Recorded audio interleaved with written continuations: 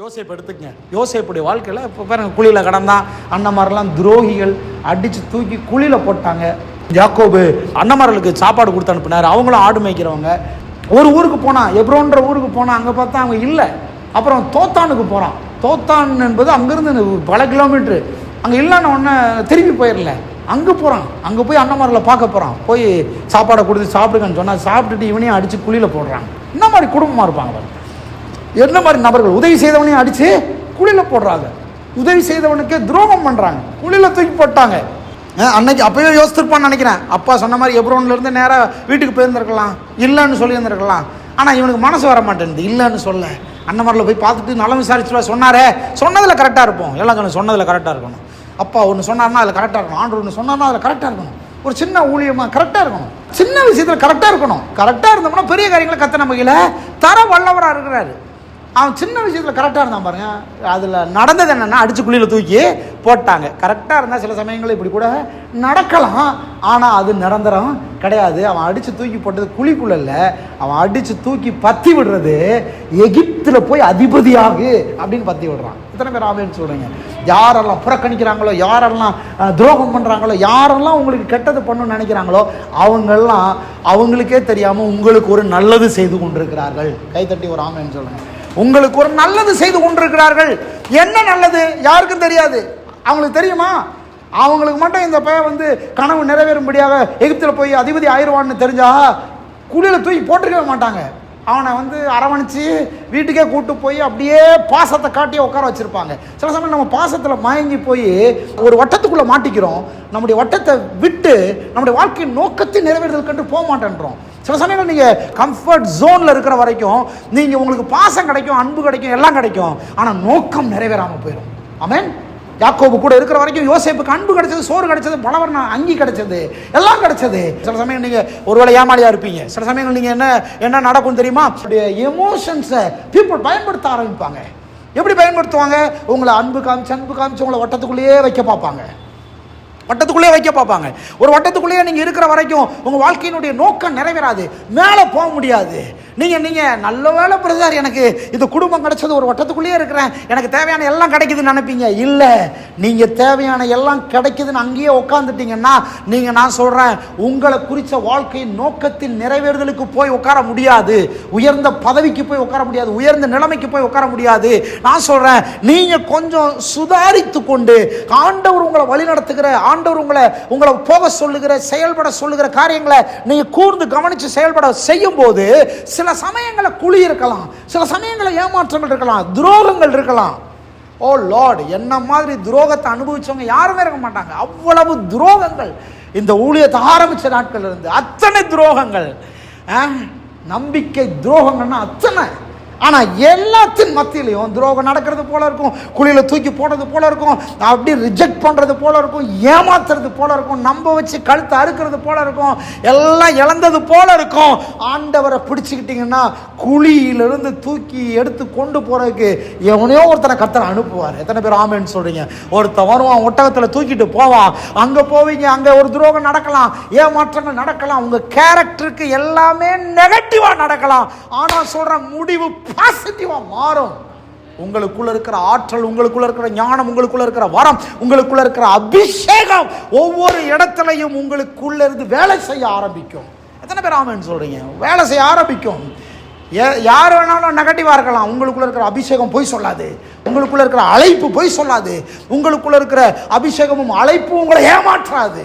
உங்கள் தேவன் உங்களை ஏமாற்ற மாட்டார். அதனாலதான் கம்ஃபர்ட் ஜோனை விட்டு வெளியே வரணும். சோறு கிடைக்குதுன்னு அங்க உட்கார்ந்துடக்கூடாது, ஏதோ கொஞ்சம் பணம் கிடைக்குதுன்னு உட்கார்ந்துடக்கூடாது, அன்பு கிடைக்குதுன்னு உட்கார்ந்துடக்கூடாது. இதுதான் பிசாசுடைய மிகப்பெரிய தந்திரம். இதை விட்டு வெளியே வர வேண்டும். இதை விட்டு வெளியே வர ஆரம்பிச்சீங்கன்னா குழி தான் கிடைக்கும். நீங்க நினைப்பீங்க, இந்த ஆள் சொன்னார்னு வெளியே வந்தனே, குழிக்குள்ள கிடக்கிறேனே. நான் சொல்றேன், கொஞ்ச நாள் குழி. இதால் சொன்னார்னு வெளியே வந்தனே, சிறைச்சாலைக்குள்ள கிடக்கிறனே, கொஞ்ச நாள் சிறைச்சாலை. இதால் சொன்னார்னு சொல்லி இப்படி ஆனனே, கொஞ்ச நாள் வறுமை, ஏழ்மை இருக்கலாம். ஆனால் முடிவு அதல்ல. இந்த ரூட்ல எனக்கு கிடைக்கிற மெச்சூரிட்டி, இந்த ரூட்ல எனக்கு கிடைக்கிற growth, இந்த ரூட்ல எனக்கு கிடைக்கிற நாலேஜ், இந்த ரூட்ல எனக்கு கிடைக்கிற அண்டர்ஸ்டாண்டிங், இந்த ரூட்ல எனக்கு கிடைக்கிற விஸ்டம் இருக்கு பாருங்க, அதுதான் என்னை பூரணமான மனிதனாய் மாற்றப் போகிறது. அதுதான் என்னை என்னுடைய நோக்கத்தில் கொண்டு போய் அந்த பொறுப்பில் பதவியில் உட்கார வைக்கும் போது எனக்கு போதுமான அறிவை தர ஆரம்பிக்கிறது, போதுமான ஞானத்தை தர ஆரம்பிக்கிறது. இந்த ரூட்ல நான் வரலன்னா, இப்போ 17 வயசு பையனை கிளம்புனா அப்பாட்டு இருந்து, ஆனால் போய் பதவியில் உட்காரும்போது 30 வயசு, 13 வருஷம் சோறு போட்டு ஆளை பல்க் ஆக்கி வச்சா இது இல்லை எலிஜிபிள் ஃபார் அதிபதி ஆவதற்கு. அதிபதி ஆவதற்கு எலிஜிபிள் 30 வயசு வரைக்கும் நல்லா சாப்பிட்டு ஆள் பல்க் ஆகு, அது அல்ல. அது ஒரு maturity, eligible maturity, eligible knowledge, eligible understanding, eligible wisdom, eligible experience. எத்தனை பேர் ஆமென் சொல்றீங்க? ஆமென். பலதரப்பட்ட பீப்புளை பார்க்கலாம். பார்வோன்கிட்ட போனவன பார்வோன் அங்கே சின்ன பொறுப்பு கொடுக்குறான், அந்த பொறுப்பில் கரெக்டாக இருக்கிறான், உண்மையாக இருக்கிறான். ஆனால் ஏமாற்றிட்டாங்க எல்லாம். ஏங்க, உண்மையாக இருக்கிற எல்லாரும் ஏமாந்தவங்க தான். உண்மையாக இருக்கிறவங்க எல்லாரும் ஏமாற்றிட்டாங்க. பார்வோன் வீட்டிலேயே பொண்டாட்டி ஏமாற்றிட்டா, பார்வோனுடைய மனைவி துரோகம் பண்ணிட்டான். இவன் எனக்கு தப்பா என்கிட்ட நடக்க வரான்னு சொல்லி பார்வோன்கிட்டே சொல்லி, பார்வோன் யாரை நம்பினானோ அவனையே தூக்கி, யோசேப்பை தூக்கி ஜெயிலில் போட்டான். நாம நடக்குது பாருங்க. நினைச்சது ஒன்று, கனவு ஒன்று, நடக்கிறது ஒன்று, எதிர்பார்ப்பு ஒன்று, நடக்கிறது ஒன்று, ஆசை ஒன்று, நடக்கிறது ஒன்று, விருப்பம் ஒன்று, நடக்கிறது ஒன்று. எப்படியாவது முன்னேறி 2026 ஒரு நல்ல நிலைமைக்கு வந்துடுவேன்னு நினச்சிக்கிட்டு இருப்போம். அப்போ தான் துரோகிகள் வருவாங்க, அப்போ தான் நம்மளை கைவிட்ட பார்ப்பாங்க, அப்போ தான் நிராகரிக்க பார்ப்பாங்க, அப்போ தான் மன சஞ்சலத்தை ஏற்படுத்துவாங்க, கசப்பை ஏற்படுத்துவாங்க, நம்பிக்கை துரோகம் நடக்கும், நிறைய பேர் போவாங்க வருவாங்க. ஹலோ, யார் வரலாம், யார் போகலாம். ஆனால் நீங்கள் உங்களுடைய அழைப்புல, அபிஷேகத்தில், உங்கள் கனவுல மட்டும் அப்படியே தரித்திருந்தீர்களே ஆனால், நான் சொல்கிறேன், கனவை கொடுத்தது உங்கள்கிட்ட வந்து போகிறவன் கிடையாது. அவன் வருவான் போவான். கனவை கொடுத்தவர், அழைத்தவர் தேவன் உங்களை விட்டு போவே மாட்டார். தேவன் உங்களுடைய கூட இருக்கிறாரு. அதை நிறைவேற்றாமல் போவே மாட்டார். இன்னும் சொல்ல போனால், எவனெல்லாம் துரோகம் பண்ணானோ, எவனெல்லாம் ஏமாத்தானோ, எவனெல்லாம் இவனை பகைச்சானோ, அத்தனை பேருக்காகவும் தான் இவனை போய் அதிபதி ஆக்குறாரு. அவன் போய் உட்காந்தான் பாருங்க. உட்காந்த மாத்திரத்தில் எல்லாரும் காலில் விழுகிறாங்க. யோசேப்பான்னு தெரியல. 17 வயசில் அடித்து தூக்கி போட்டது 13 வருஷம் கழிச்சு பார்க்குறாங்க, யோசேப் மாதிரியே தெரியல. ஏன்னா அடித்து தூக்கி போடும்போது பலவர்ண வங்கி அங்கி எல்லாத்தையும் கிழிச்சு நிர்வாணியை அனுப்புனாங்க.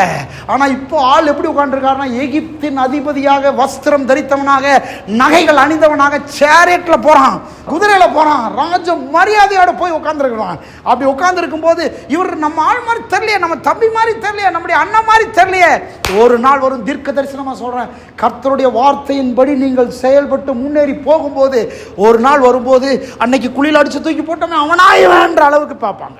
அவனாயவன் அவன் தெரியலையே, அன்னைக்கு வறுமையில இருந்தான், இன்னைக்கு கோடீஸ்வரனா இருக்கானே, அன்னைக்கு ஒருவேளை சாப்பாட்டு கஷ்டப்பட்டு இருந்தான், இன்னைக்கு ஆள் 1000 பேருக்கு சாப்பாடு போடுறானே, அன்னைக்கு அவன் ஆளும் பார்க்கறக்கே ஒரு மாதிரி இருந்தான், ஆனால் அவனுக்கு எந்த உதவி இல்லாமல் இருந்தது, அவனுக்கு எந்த தயவும் இல்லாமல் இருந்தது, யாரும் நல்லவங்க கூடவே இல்லையே. ஆனால் இன்னைக்கு மனுஷன் வாழ்வடைந்திருக்கிறானே. யோசேப்பை பார்த்து மூக்கு மேலே விரலை வைக்காதவன் ஒருத்தன் கிடையாது, ஆச்சரியப்படாதவன் ஒருத்தனும் கிடையாது. நான் தீர்க்க தரிசனமாக சொல்கிறேன், கடவுளை கரெக்டாக ஃபாலோ பண்ணிங்கன்னா, இதெல்லாம் டிஸ்ட்ராக்ஷன்ஸ் எல்லாம் விலக்கி ஒதுக்கி வச்சுட்டு ஃபாலோ பண்ணி அவருக்கு கீழ்ப்படி ஆரம்பிச்சிங்கன்னா, நான் சொல்கிறேன், உங்களுடைய ஃப்யூச்சரை கர்த்தர் பிரைட் ஆக்குவார். இமீடியட்டாக நடக்காது, பட் டெஃபினட்டாக நடக்கும். எத்தனை பேர் ஆமென் சொல்கிறீங்க? Not immediate but definite. உடனே நடக்காது, ஆனால் உறுதியாக சொல்கிற நிச்சயமாக நடக்கும். எத்தனை பேர் ஆமென் சொல்கிறீங்க? தலையில் கட்சி எனக்கு நிச்சயமாக நடக்கும். அப்போ பாருங்கள், யாரெல்லாம் ஒதுக்குனாங்க, யாரெல்லாம் நிராகரித்தாங்க, யாரெல்லாம் ஏமாத்தினாங்க, யாரெல்லாம் நம்ம இல்லாமே போகணும்னு நினச்சாங்களோ அவங்கெல்லாம், ஐயா எப்படி இருக்கிறீங்க, நல்லா இருக்கிறீங்களா, எனக்கு ஒரு உதவி செய்யுங்கன்னு காலில் விழும்படி கர்த்தர் செய்வார்.